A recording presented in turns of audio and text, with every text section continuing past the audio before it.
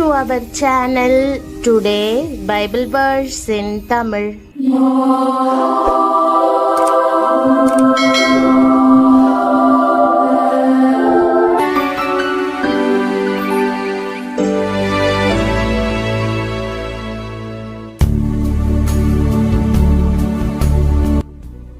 இன்றைய வசனம் நீதிமொழிகள் 19ஆம் அதிகாரம் 11ஆம் வசனம்.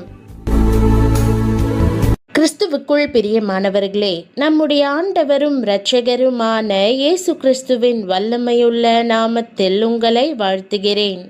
மனுஷனுடைய விவேகம் அவன் கோபத்தை அடக்கும், குற்றத்தை மன்னிப்பது அவனுக்கு மகிமை என்ற வாக்குதத்த வசனத்தை இன்று நாம் தியானிப்போம்.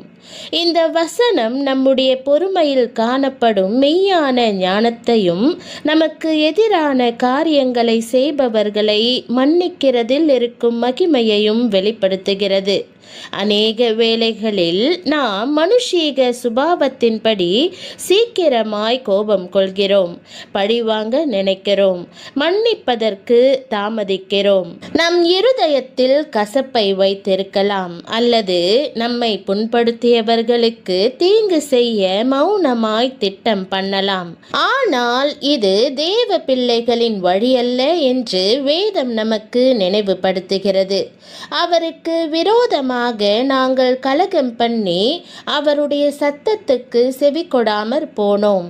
ஆனாலும் எங்கள் தேவனாகிய ஆண்டவரிடத்தில் இரக்கங்களும் மன்னிப்புகளும் உண்டு என்று வேதம் கூறுகிறது.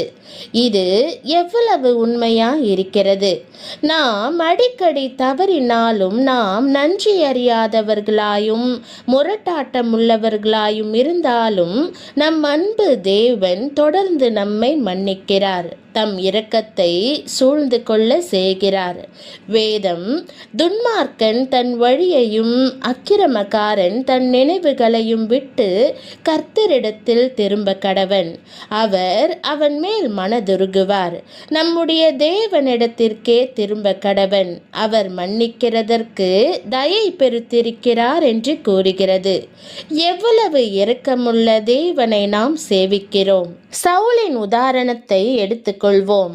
அவன் கோபமும் வெறுப்பும் நிறைந்த மனிதனாக இருந்தான். தேவ மக்களை துன்புறுத்தி